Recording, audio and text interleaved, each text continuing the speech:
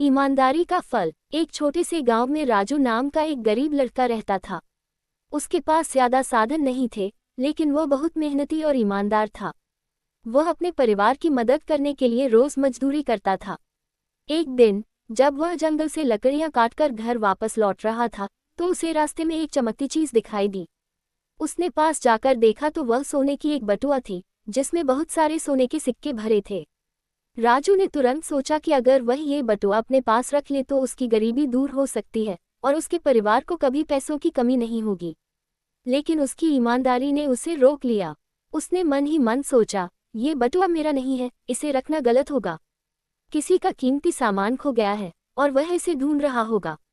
राजू ने फैसला किया कि वह इस बटुए को उसके असली मालिक को लौटाएगा। वह गांव के मुखिया के पास गया और उन्हें बटुआ देते हुए बोला, मुखिया जी, मुझे ये बटुआ रास्ते में मिला। इसमें बहुत सारे सोने के सिक्के हैं। मुझे लगता है ये किसी का खोया हुआ है, आप इसे उसके असली मालिक तक पहुंचाएं। मुखिया ने राजू की ईमानदारी की प्रशंसा की और गांव वालों के सामने उसकी इस अच्छे कार्य के बारे में बताया।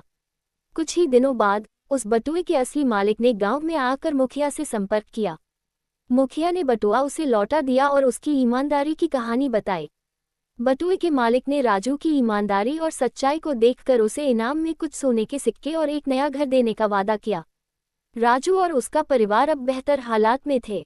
राजू ने ईमानदारी से काम किया और मेहनत करते हुए अपने परिवार को खुशहाल बना दिया। गांव में उसकी कहानी एक मिसाल बन गई और सभी उसे सम्मान की नज़र से देखने लगे।